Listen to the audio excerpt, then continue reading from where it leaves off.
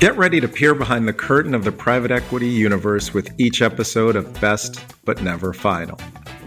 Hi, I'm Lloyd Metz, joined by Doug McCormick and Sean Mooney.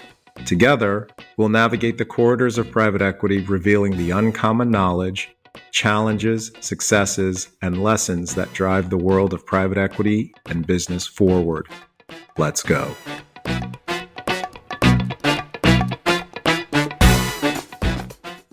All right. I get to be in Sean's spot today and welcome Sean and Lloyd. How are you guys doing today? Good. Hey, Doug. Hey, Sean. Great to be with you guys, Doug and Lloyd. I'm really excited for the topic today.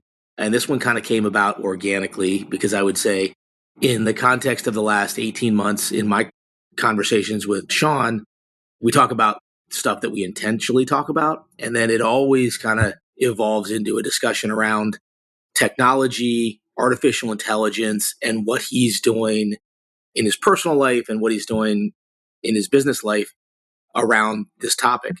And I got to say, I don't want to give him too much credit, but I always find his insights here some combination of really insightful and really practical. And so the goal today is to talk about the topic of AI with really kind of 4 talk tracks. One is Sean as an entrepreneur. One is Lloyd and I as private equity investors. How can we think about this as a way to create competitive barriers? And how should we think about it in the context of risk to our business? I think we'd like to talk about policy a little bit. What are the long-term policy implications for some of this? And Sean's got some way out crazy futuristic ideas that I'm going to push him on.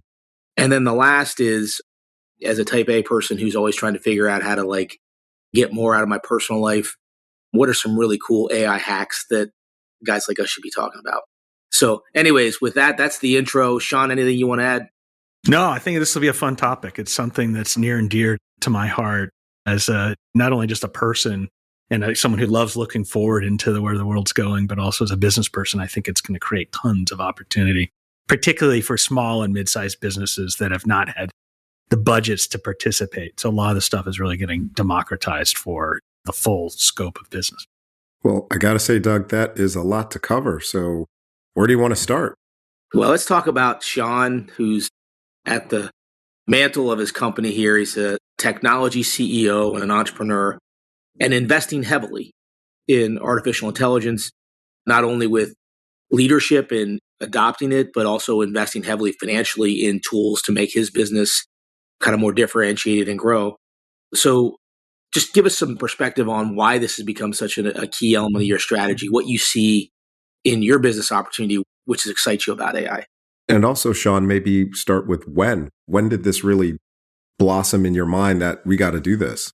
It really blossomed in the mind the day we started this business just over 8 years ago, and the technology wasn't good enough then. And so BluWave originally was going to be more of a self-serve marketplace. And what we realized was that the calibrations that we were doing to connect private equity firms, portfolio companies, public companies with all the resources they needed were just too complex for an algorithm to reconcile. There's too many variables. But we knew Alexa was eventually going to get smart enough. So we've been very purposefully structuring our data since day one. And then what I would say is in 2022 was the real aha moment. So I'd always call the machine learning groups in our ecosystem, which were now called the AI groups. But I kept on asking them, is this stuff ready? Is this stuff ready? And every year, nope, nope, nope. And then 2022, they started saying yes. And that's when we hit the gas. And so we've been investing pretty heavily since 22. Really, the reason behind this, I always told my friends when I was doing this thing, it was kind of insane. They're like, you worked your whole life to become a partner at a PE firm. Now you're doing a startup. And I was like, well, if I'm going to do a startup, I'm going to do the private equity version of venture capital. And so viewing the world through the lens of the expected value calculation is just, and as a PE guy and a non-hedge fund guy, I can only do algebra and maybe arithmetic. I can't do the calculus. But it's like this whole idea of size of outcome times probability of success. And what we view AI is a huge enabler of a higher expected value. And so by using data, analytics, AI, and really purposely constraining the model, like we've talked about before, there's value in that because it creates innovation. We've been able to grow this business pretty dramatically really with a fraction, with very little capital outside. We only raised capital in the very beginning. And we've been able to do this in a way that we're proud of ourselves for doing it. But you think about AI, that brings it to a whole new level in terms of we're going to be able to make better decisions faster with less need for outside application of capital. Does that make sense? So I use it like outcome times probability and speed and certainty. Hey, Sean, if you could just take a moment and at a very high level, simply describe BluWave's business model so maybe we can understand better how AI fits in and where it fits in.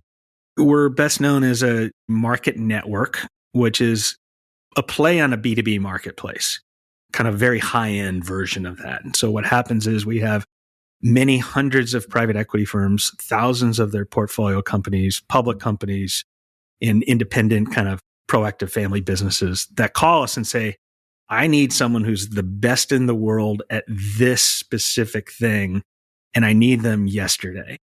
And so we're viewed in this ecosystem and kind of created a category around being the experts of those with expertise in being able to quickly connect a business builder with the exact third-party resource they need, that it's like a private equity grade level of excellence, and doing this in rapid motion. So think of it almost like an Amazon meets like Gartner Magic Quadrant for the C-suite of business. Does that make sense? Yeah, that's pretty cool. I like the way you describe that. Thank you. Hey, Sean. So 2 questions for you. So you talk about 22 as being a foundational year when AI is finally ready. Was it just because the software models got better? Was it something around the quality of the technology in terms of speed and chips? And then I'll give you the second question. You can answer them both. So you talk about all this opportunity with AI, but part of me says, as you talk about your business model, man, that represents a lot of risk too. How do you think about like where you are relative to your competition and how to create real long-term differentiation? Yeah. This has been a feeding into the way that we've thought about our business from day one, and that you have to be really excellent and you have to be really fast. And so for us, this has been the mantra from day one. Like, we got to be really good and really fast. You can't have one without the other. And some of this is kind of inspired by a lot of these titans of business like Toyota, Lean Six Sigma. How do you do things faster with little variability and then let them try to catch up? There's been a number of groups that have tried to copy paste us, and the vast majority of them have kind of gone out of business pretty quickly because what we do is really hard. And so for us, it was something that I thought was this actually makes what we try to do as a business even better, because we'll be able to be even really better and even really faster in combination with each other.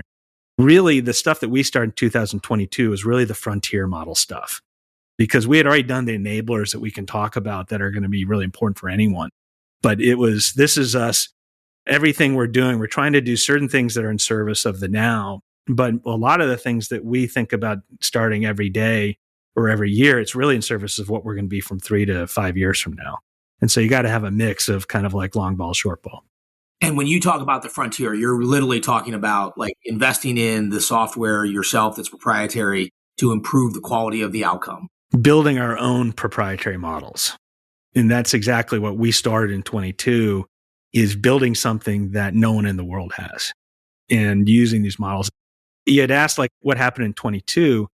Well, what happened in 22 was a lot of the stuff really started in like 16, but you needed to have like Google budgets, then Facebook, now Meta budgets, where you had to have tens of millions of dollars. And then what happened was a lot of these models became commercialized and democratized, where they put them out into the world so that like mere mortals could start using them if you kind of knew that you could. And so that was the big moment for us. Like, oh, that was the question. It's like, can we afford this? Like, no, you're an SMB. You got to be Google to use this. But the 22 was the hallmark where this stuff first came out. And this was kind of right maybe 6 to 9 months in advance of like ChatGPT being released into the world. You mentioned that what you do is hard. Just curious, in 2022, it sounds like you started with the hard part of what you do as opposed to the easy part of what you do. Is that fair? And if that's correct, then I would love to hear how you made that decision. If you think about what we're doing with PE firms, they're calling us, they have this complex need. It has many dimensions. It goes across industries and special use cases and functional areas and budgets and timing. And there's 100 different products we get called on. And you need us to know exactly who you need before you need it. And then we've got to give you the exact options in a really calibrated, limited way within a business day. That's really hard, but we had refined all of that in advance. But it was done in a way that was much more hybrid between kind of human and data and machine and everything else. So we could do it, but we were going to come up against kind of like a plateau of how far you could go in that method. And so what we were thinking is like, there's a next frontier to this that will enable us to scale even more capital efficiently and do things faster and better. But we're never going to get there because we've kind of like reached a plateau. And so what really had enabled it, though, we're really thoughtful about capturing the data, structuring the data, putting it in the cloud, visualizing it. And we can talk a little bit about that's going to be some of the enablers that I think every company can and should do. And it's cheap now. So there's no barriers to entry on this stuff, on these enablers. So we had done a lot of the hard stuff already, which is one of really kind of the secret sauce to why we were as successful as we had been up until that point. But knowing that this stuff is going to be new and really knowing that like even the stuff we've invested in, we've probably torn down half of what we originally built. And my expectation is I'll tear it half down again a year from now. And so this is like building your plant. It's like industrial manufacturing. Like, well, I'm going to redo this line that's a form, fill, and seal line, but I'm going to redo it every couple of years because I'm going to get another advantage. So I think that's great context for taking the conversation in a slightly different way. So now you're an entrepreneur. We understand how you're thinking about it in your business, but this is moving so quickly. And imagine that I'm an entrepreneur, great business owner, but not facile with AI. And so let's get a little bit tactical of like, how do I think about getting started? What are some of the key choices and opportunities and risks that I should be evaluating as an entrepreneur? Yeah, and we get this question a lot. And so every day we're getting calls in, whether it's a PE firm or a portco or family business, like how do you get started? Because it's daunting. Like you just to look at the speed of it is just, it's enough to make you kind of like curl up in a ball and just do nothing. I feel that all the time as an entrepreneur and across like 50 different things. You're like, oh my God.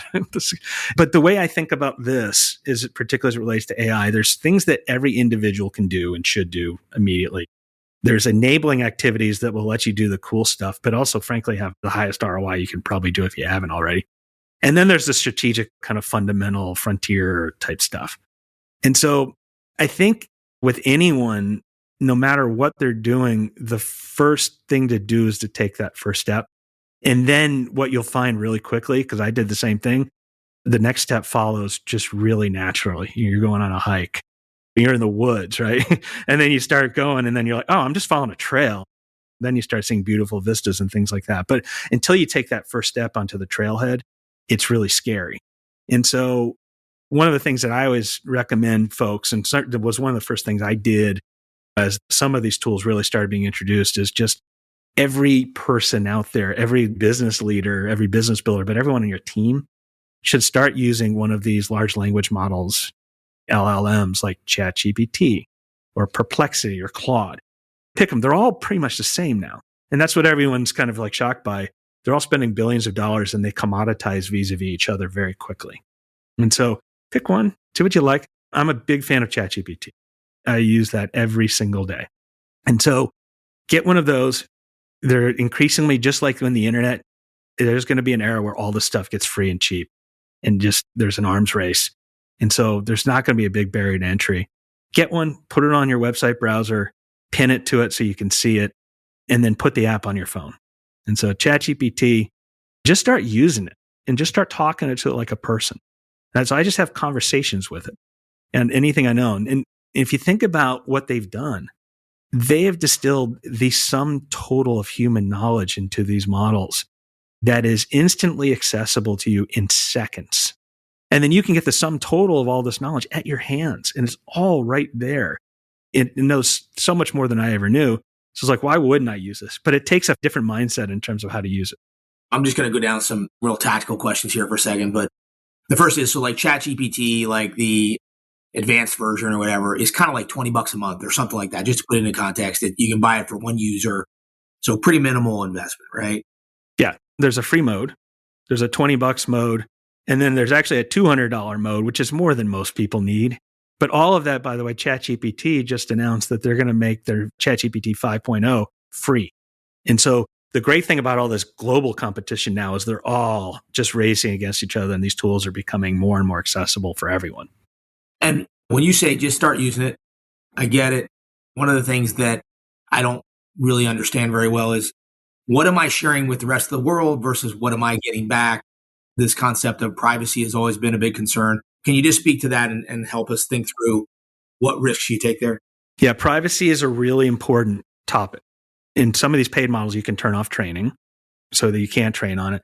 We've built essentially within our company a private ChatGPT where we API into Microsoft Azure, and we explicitly for our company, there's no training. We can get more into like the details of like how you want to do that for a company. But for myself, I have my own ChatGPT that I just use to like talk about stuff.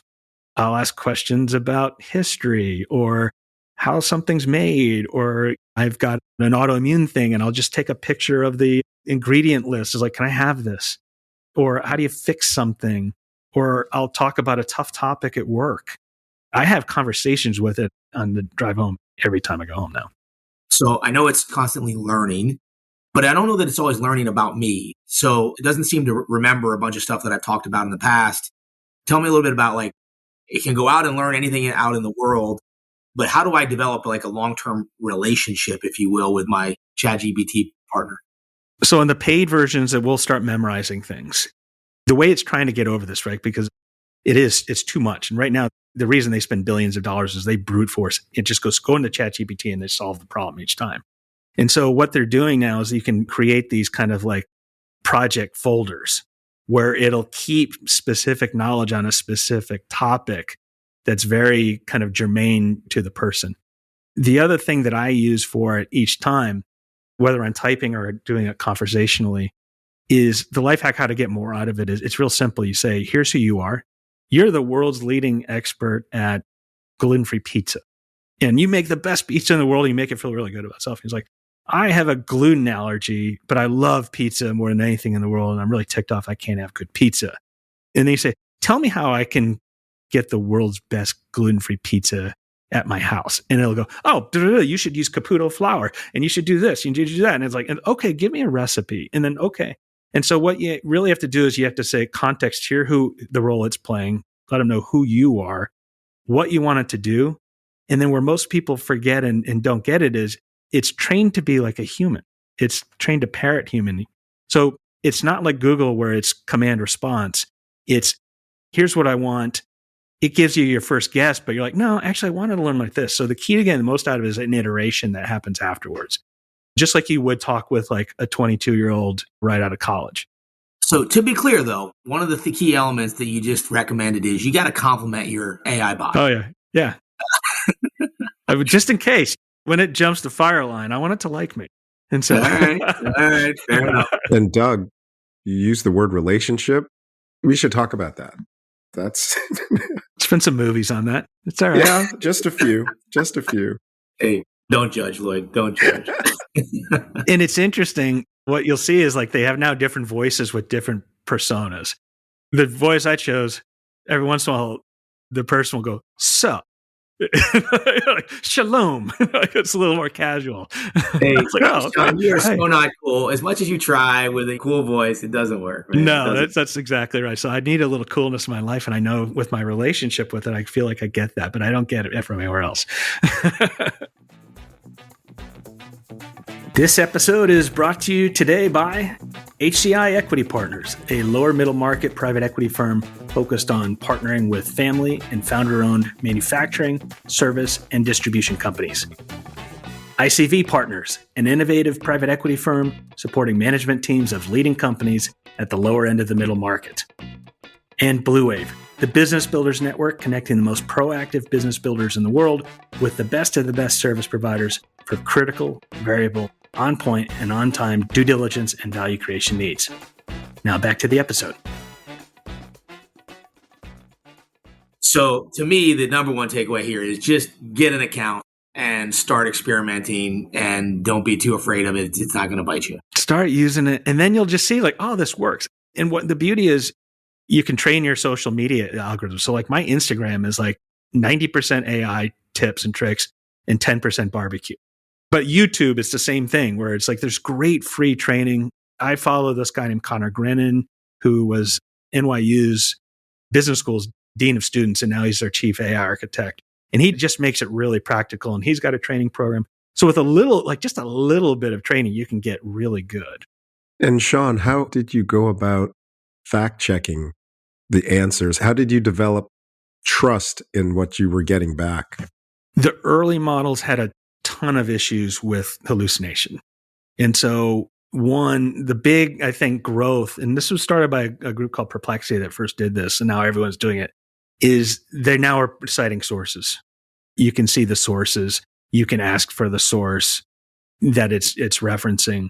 There's some really cool applications now that are coming into like deeper research where they'll give you every source. So the good news is there's fact checkability that's being built in.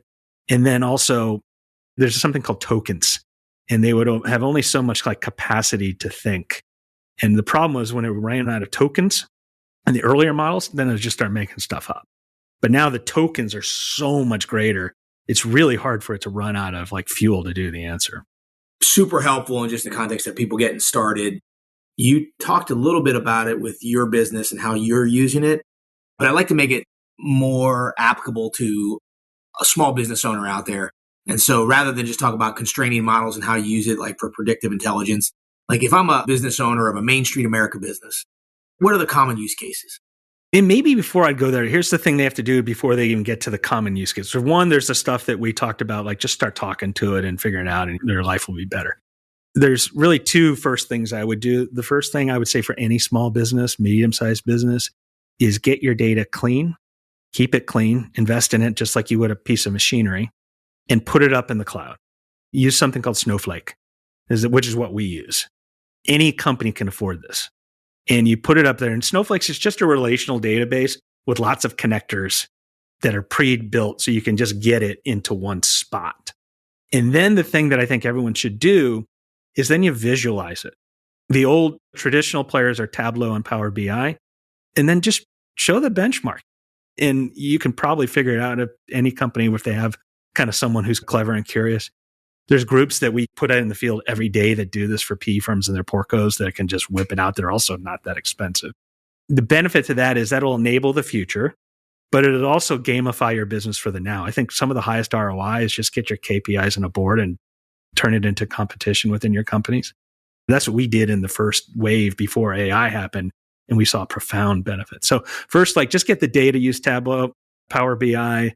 I would say, actually, if you haven't done it yet, go to the next gen that's coming out. There's a group called Sigma or HEX is another group. Real forward is like ThoughtSpot, which is AI. But like, I would skip the incumbents and go to like these new groups that are coming up. And to be clear, Sigma and HEX are visualization. They're visualization tools, but they're easier to ramp. They're better. They allow self-service so that you don't have a mile line deep of people trying to kind of like ask your Power BI person how to do a chart. Hey, Sean, I will say kudos to you for understanding that you need a single sort of data depository, a data lake, as some people call it, getting it clean.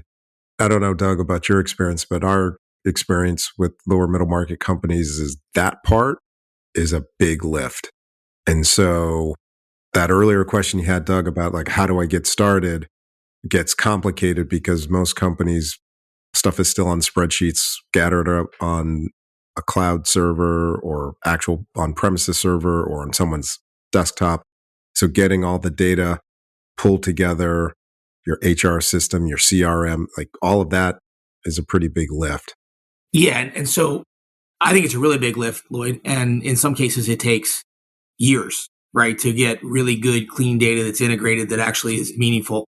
And so if I want to be less ambitious but faster acting, it seems to me like there's an opportunity to kind of imagine use cases and buy stuff off the shelf that has very specific finite things. So accounts receivable collection, correspondence with customers. Any advice on some of those? So let's say you're going to go on that journey and you're going to have to do that to get to the next really cool stuff. But also I would say it's like, don't sleep on like the ROI of just like knowing your KPIs. But you're right. It takes work.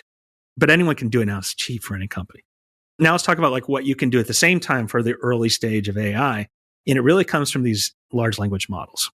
And then you can also buy application specific products that are coming out really quickly. So the best use cases for any company are going to be around kind of creative assistance. So think about your sales and marketing teams, content creation, graphical design, email production, mass customization of emails. All of this they can do just with ChatGPT. So as an example, beginning of 23, our head of marketing came to us and said, hey, I need 2 more content writers. And I go, no, what you really need is you're going to use this thing called ChatGPT and Jasper, and you're going to have your content person and your content people use this. So long story short, our productivity just by using those tools from our content creators went up 500% at the sum total of $40 a month. And the content was better, more structured, more in tune with SEO. And we probably would spend hundreds of thousands of dollars on a couple of these new people. And we got that with maybe $100 a month. One of our friends at a large private equity firm, well known to everyone, also was telling me they tested essentially to see who was better at writing emails for their BDRs across their portfolio. What they did was they tested the ChatGPT written emails for their BDRs, their salespeople, versus what the people did. They couldn't come up with a single instance where the people outperformed. Any company can do that. You are a world's expert at writing emails to this audience. I am a BDR. Write me an email that will get me someone to open it. Boom, done. And then you iterate. So every company can do that and get immediate ROI. And Sean, so you've created a business where AI is a core competency for you, and you have a framework and a facility with the content to make choices like that. But it sounds to me like you could also say to the like individual small business owners, I've got 3 use cases. One is like writing emails. One is doing collections. Do I buy essentially an app for each one of those at $20 a month, or do I do it through ChatGPT? Yeah, I would say that the big categories are anything that's repetitive or structured tasks. You're probably buying maybe applications. So like, what is that? Like anyone that's got software developers or coders, you can use ChatGPT, you can use GitHub. You'll see huge gains in productivity that's really good at coding. Like there's a structure, it's repetitive. Note-taking, huge benefits from that, just productivity. And like so much you don't catch in a call, it just takes it for you. You think about call centers, huge applications in call center, where you're not only seeing like lower call center cost, but higher increases in customer satisfaction. Those are going to be mostly like call centers and process automation. Those are going to be through apps that you purchase. Does a call center talk to you like a human? Yeah. We just saw a demo that one of our service providers put together, and it was amazing. And this person actually used what's called a low code, no code application. He whipped it together in not that long. And so it's really good. And so you've probably noticed being on some of these yourselves, you're like, wow. Once you get over the kind of the outrage of like not being able to talk to a person, then you realize like, wow, this person's actually much better at a structured kind of repetitive task. So structured repetitive task, you probably need a little bit of help, but it's actionable in anyone's budget. The creative assistance, you can use ChatGPT. You can use for graphical design. ChatGPT has a tool. You can use Midjourney, which is really good. For some of the like the big kind of multi-customization, there's some applications that you'd have to buy to do that. The other thing that I would say that any company can use this stuff for, like so much of it's just ChatGPT, is like market competitive product research. It's like, you know, those companies that at least I would use like when I was a VP or an associate where you pay $1,000 to get one chart and then the chart wasn't that great, but you needed something in your investment memo. Like you can do that right now on deep research on ChatGPT or deep research on Gemini. And so like, I'd be real afraid if I were in the business of those generic reports because they're just, you get them for free now. It'll scour the entirety of the internet and give you the summary. We used to call them our 3-pager memos when you're just teeing something up to start getting serious about it. And they were never 3 pages. They're always like 7. That's kind of a thing that's going to be really good. And then the last thing I would say is like that anyone can do is just ideation that we've talked about. Have a conversation. Just say, hey, you're Warren Buffett and you're Peter Drucker and you're all these people, help me think through this problem, or you're the world's best executive coach, or you are a competitive strategy expert, be Jeff Bezos meets Elon Musk, and then just talk with it. There you go, complimenting these guys again. Yeah. So like I said, you guys know real well, if life was up to me and this noggin up here, I'd be in a lot of trouble. So I need some help.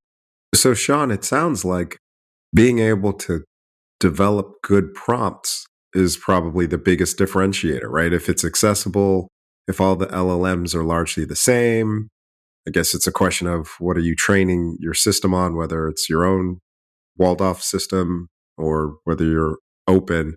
But it still sounds like developing good prompts is going to be super important. Yeah, but I don't think you need to be a prompt engineer. And this is where they've really figured out. So one of the groups that we work with, like, trains ChatGPT people, because they don't truly really know how they work. What they do know is their prediction models. What is the next word going to be with a higher degree of certainty? Somehow this all worked where suddenly they can string like huge chains of thought by training it on the sum total of knowledge on the internet. What they found, though, is because they're trained to parrot a human being, if you talk to the device like a human being, it works pretty well without having to be that expert. And so one of the things is that we did, like, so we're putting together huge training programs, like another level of innovation for this year. One of the things we did is just ask ChatGPT how to prompt it. You're like, hey, what's the best way to prompt you? Give me like a method that our whole company uses. And it came up with, here's the master prompt framework. And so now we just have that built in, and for everyone else, it's like, here's the master prompt framework. But essentially what it is here's who you are, ChatGPT or Claude or Perplexity. Here's who I am. Here's what I want to accomplish. Give me your answer, and then iterate 3 or 4 times just like you would with a human to get to the right answer. And that's all I do, is that exact framework for 90% of what we need. So other parts of IT we often talk about, it's not the technology, but it's the change management. And so maybe you could just speak a little bit to, I've heard some of this conversation before, and I think it's really interesting. How do you think about change management in the context of AI? And how do you think about implications for organizational structures in general? Yeah, it's a really good question. If you think about most of modern commercial history, most of the innovations have impacted kind of frontline workers that are making things. It's like the blue collar versus white collar kind of conundrum, right? And so if you go all the way from like industrialization, even through the internet, a lot of that really was about impacting kind of like the means of production. So ChatGPT and AI is the first one really to impact white collar, kind of the professional kind of workers within organizations. And so that's really scary for a group that hasn't had to deal with this in big numbers for a while. And so one of the things that we've been spending really multiple years on is trying to get our teams ready for this change and shift. I'd say the biggest thing is that over the last 20 years, probably certainly the last 10, this has been put way too high of a coefficient on it, is that people view their ascension in an organization by virtue of how many people they manage. What these tools are going to enable is people are 100% still kind of driving the ship here, and they're not going away. We're just going to be able to do so much more in the same 25 hours a day without having to have someone managing someone who manages someone with one poor person at the bottom with hands on a keyboard. So I strongly believe that organizations are going to be flatter, but also more agile. And so what that means is you're going to manage something or someone, but that someone is going to be an AI agent. So we should get a wave of productivity, and you're going to have just as many people. And if you look at our roadmap, we have lots of more people coming away, but we're being able to grow at a wholly different angle than we would with less application of capital. And so if you think about the change, they have to be ready. And one of the things that we did that I recommend anyone to read is this great book called Who Moved My Cheese? And I talk about it a lot. It's a 40-page book, but it just shows that like you can run towards change and benefit and have lots of good cheese and wine and all that kind of stuff, or you can resist it and suffer for it. And so if you run towards this, you're going to be hugely successful. We're sharing with our team is like, you can still have tremendous impact on our organization, on any organization. And those of you who use and understand and deploy the power of these tools and force multiply yourself, you're going to be incredibly successful here. and or highly coveted elsewhere. And so you're going to be future-proofed. But if you're resisting these things, the cheese gets moved, you're going to be in a lot of trouble. So which of the two realities do you want to embrace? The success or the wither? And so we've been working, a lot of people trying that mindset. And it's really hard. People are like, no, I need to manage people. It's like, no, you're going to have something to manage, but it's really about how do you force multiply yourself using these tools? Because that's where the world's going.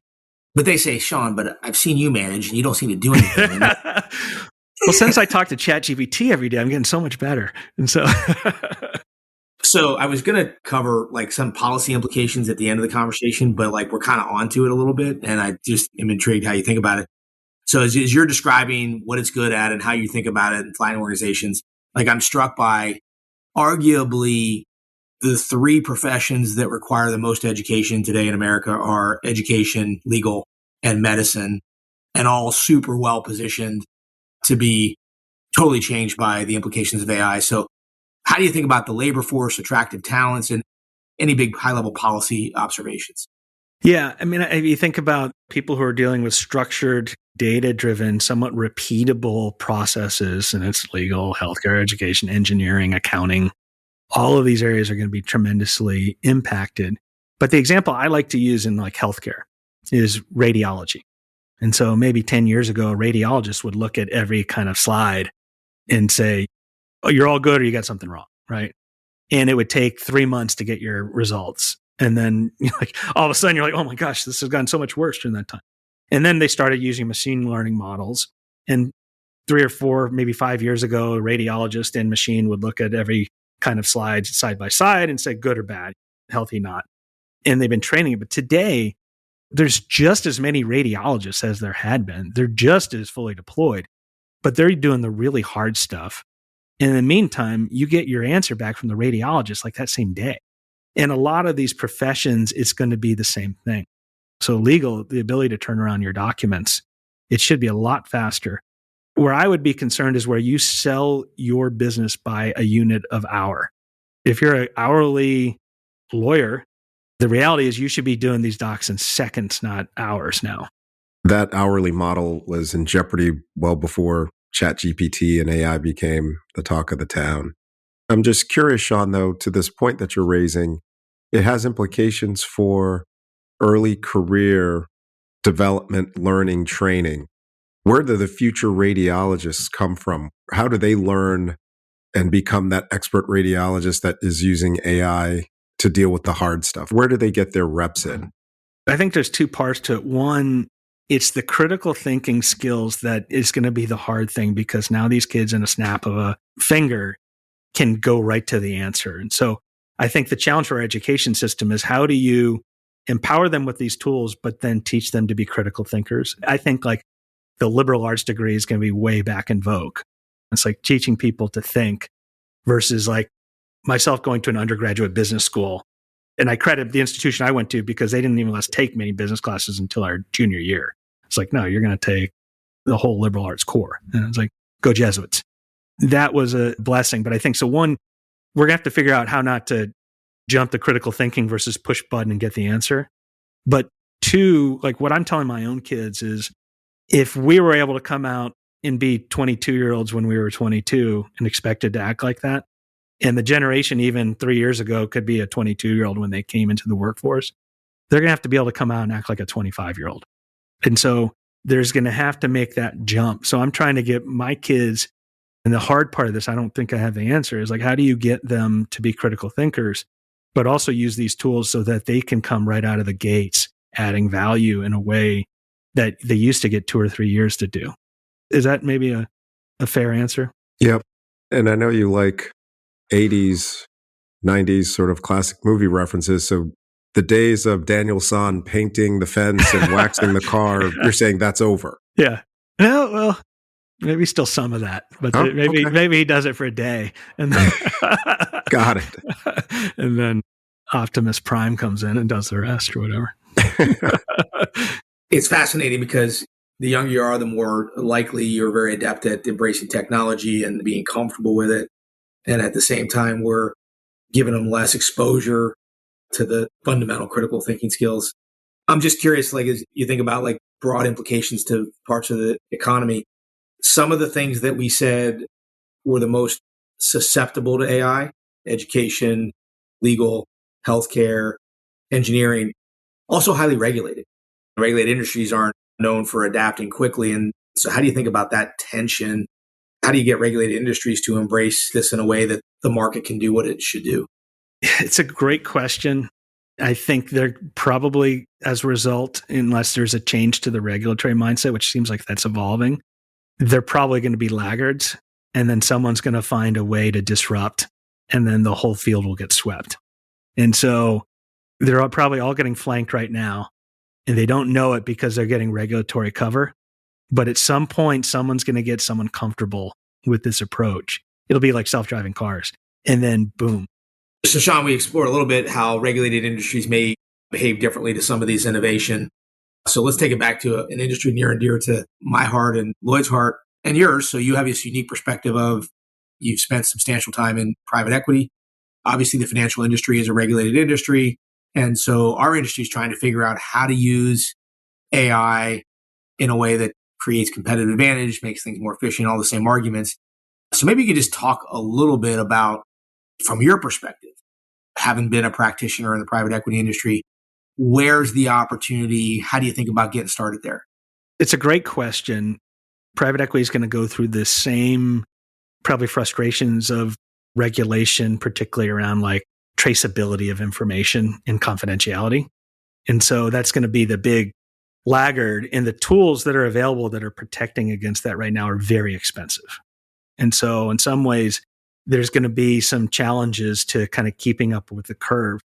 But in other ways, I think there's practical ways to do it that protect you. And so I think today in a private equity firm, the best applications are probably going to be towards like front of your funnel, like early deal team type stuff. It's like your associates should probably get some huge value out of this, where they're going to be, give me a market summary overview on this. Give me an overview on this person who's the leadership team and tell me everything about the CEO. All the things that go into those early memos that are about kind of like making the early decision, being able to almost like very quickly put together that early work stream. There's also lots of tools like applications that are coming out right now that can digest an entire data room in a confidential way and get everything in there. And you say, versus your associate or VP having to go and read every single document. And I did that for years of like, oh my God, I've got to read everything. You can very quickly kind of get to the idea that I'm going to double down here and here. It's going to be an efficiency measure of cutting through information and choosing where to focus, and will be efficiency measure of where you can produce your documents, producing the documents that then get funneled up to you, Lloyd and Doug.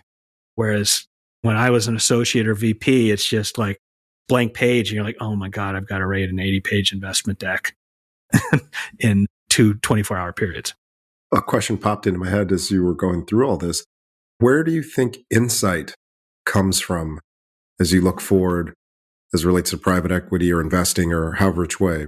If you're using AI to ingest the data rooms and read the last X number of years of financial statements or 10Ks or whatever, where do you see insight coming from? I don't see that changing a lot, because like the analogy I'll use is starting in kind of investment banking in 1997, right? We're like printing 10Ks up, and I think we were like even a laggard on the internet because the heads of the investment bank were afraid of the internet.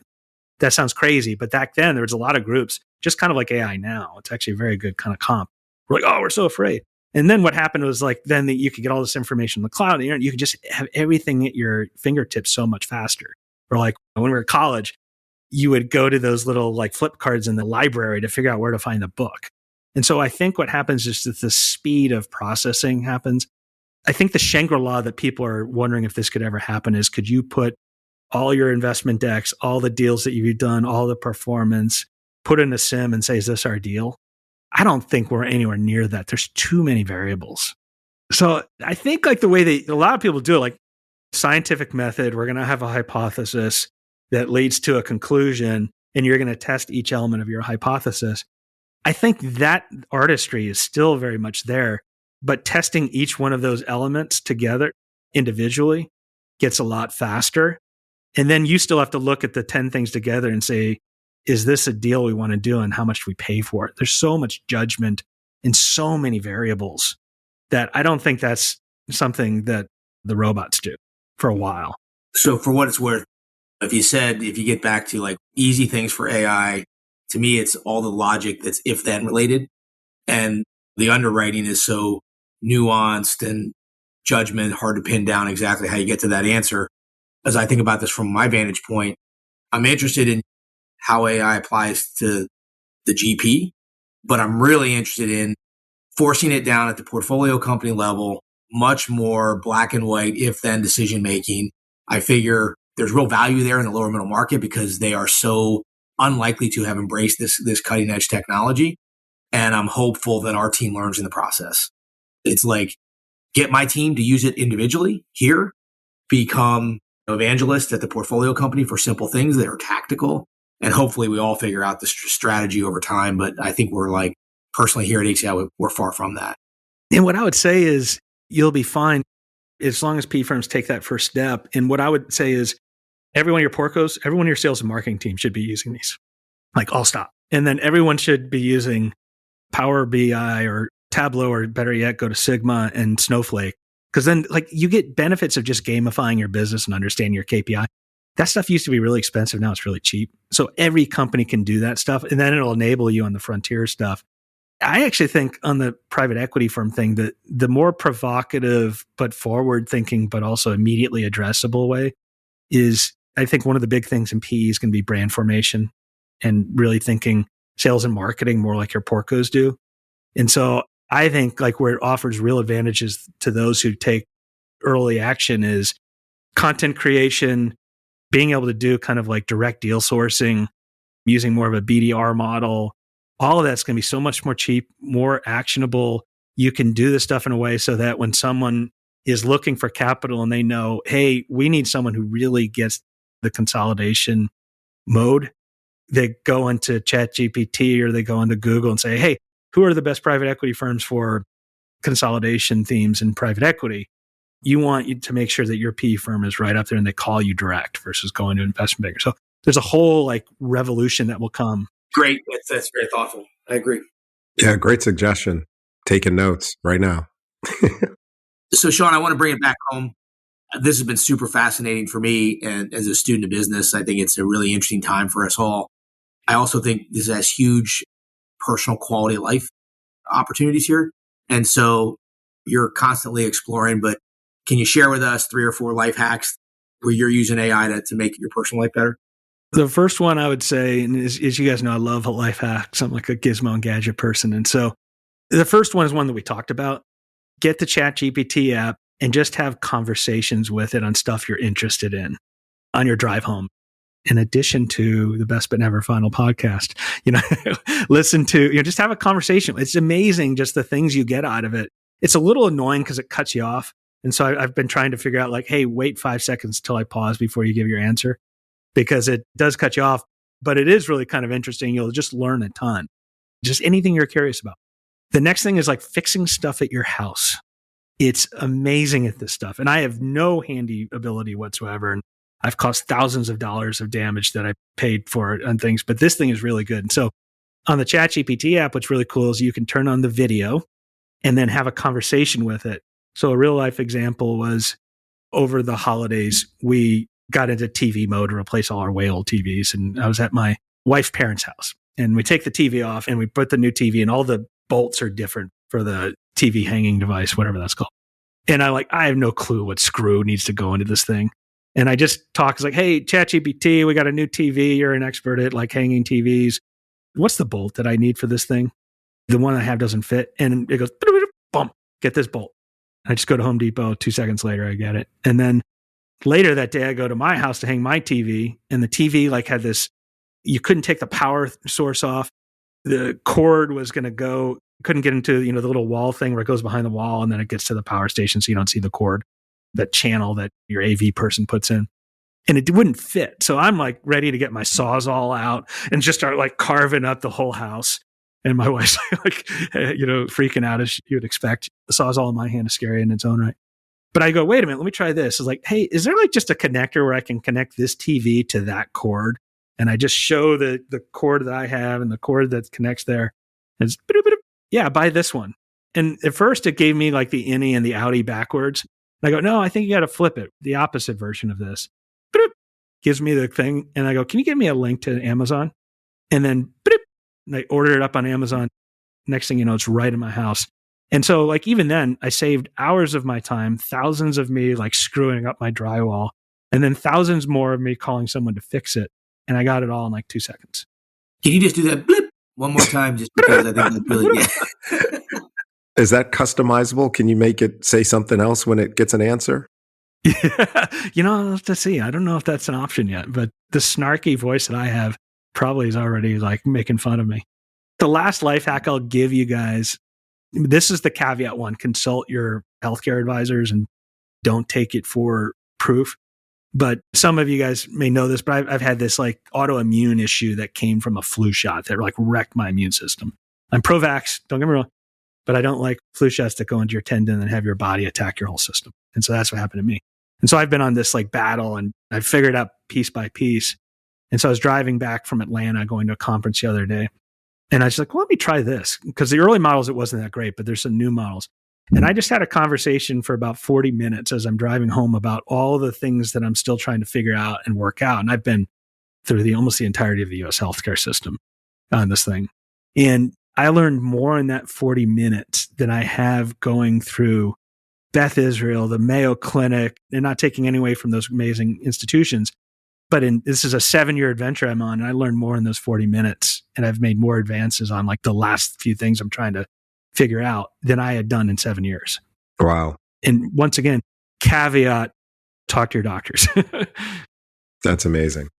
So Sean, we're coming to the end here. I just got to ask you to put on your futurist hat for a second. And let's fast forward 15, 20 years. What are some of the things that like you actually think could happen, you could see that are a byproduct of this AI trend? It's really hard to look that far out. I'm trying to look like 3 years out.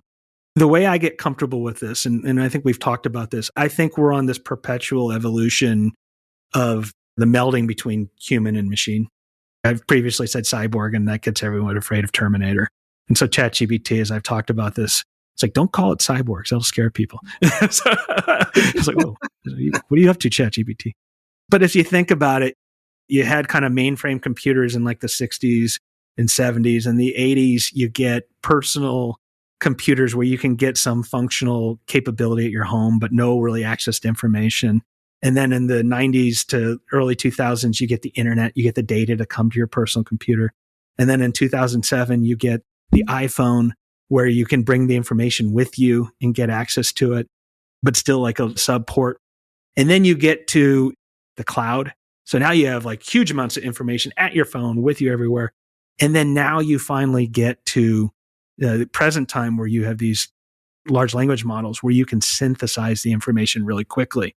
And so I think we're on this journey of melding. And I think where it's going is more towards like the science fiction movies. So when does Skynet become self-aware, Sean?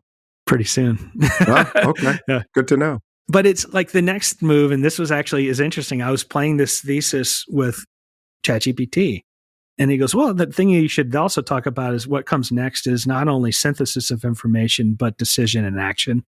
And so I think where we get is it's going to be kind of like that movie Minority Report, where you're able to kind of quickly sift through information. I think we're going to have kind of this deal where everyone's got a personal assistant who's a robot, maybe even physically at home, where you buy a Toyota robot for your house to do cooking and cleaning. So I just think we're more and more moving to this melding of person machine, like a good version of the Matrix or something, where you can learn things quickly.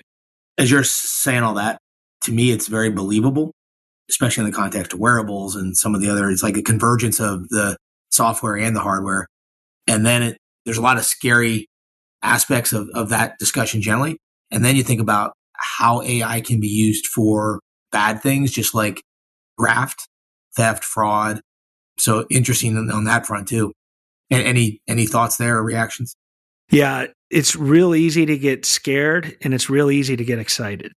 I even think harken back to my childhood as a creature of like the 70s and 80s, where we had like the movie War Games and movies like Red Dawn. There's always been something we've always been afraid of on the precipice, whether it was nuclear war, if you're a child of the Cold War, and the robot in War Games with Matthew Broderick. Do you want to play a game? And so I think all of this fear has been in there for a long time. I choose to see the positive on it. I do think the cyber stuff's going to be really scary. All of us are likely within the next year or two to get calls from someone's voice who we know, and it's a real conversation. So things like code words are really important, not only for your families, but also like the people who are controlling their cash at your companies. Those type of things, like the fraud, the waste, the abuse, that is really the thing that I am currently on point on, is like just someone call our company with my voice and say, hey, do this. Yep, that's real. So thoroughly entertained, super provocative discussion for me. Lots to take away from this conversation in my own journey. So thank you very much, Sean. Yeah. Lloyd, anything to add? Yeah, I got a lot of work to do. Holy cow. I know. Just run towards it. It's fun. How do you eat a whale? One bite at a time. A special thanks to HCI Equity Partners, a lower middle market private equity firm focused on driving transformational growth through consolidation strategies by partnering with family and founder-owned manufacturing, services, and distribution companies. Learn more at hciequity.com. ICV Partners, an innovative lower middle market private equity firm supporting management teams of leading companies at the lower end of the middle market. Learn more about ICV at icvpartners.com. And finally, BluWave, the Business Builders Network, connecting the most proactive business builders in the world with the best of the best service providers for critical, variable, on-point, and on-time due diligence and value creation needs. Learn more about BluWave at bluwave.net. For further information on HCI, ICV, and BluWave, and relevant topics discussed here in the episode, please see the episode notes for links. The views and opinions expressed in this program are those of the individuals presenting and do not necessarily reflect the views or positions of any other persons or entities, including those referenced herein. No representations, warranties, financial, legal, tax, or other advice are made herein. Consult your advisors regarding any topics discussed during this episode.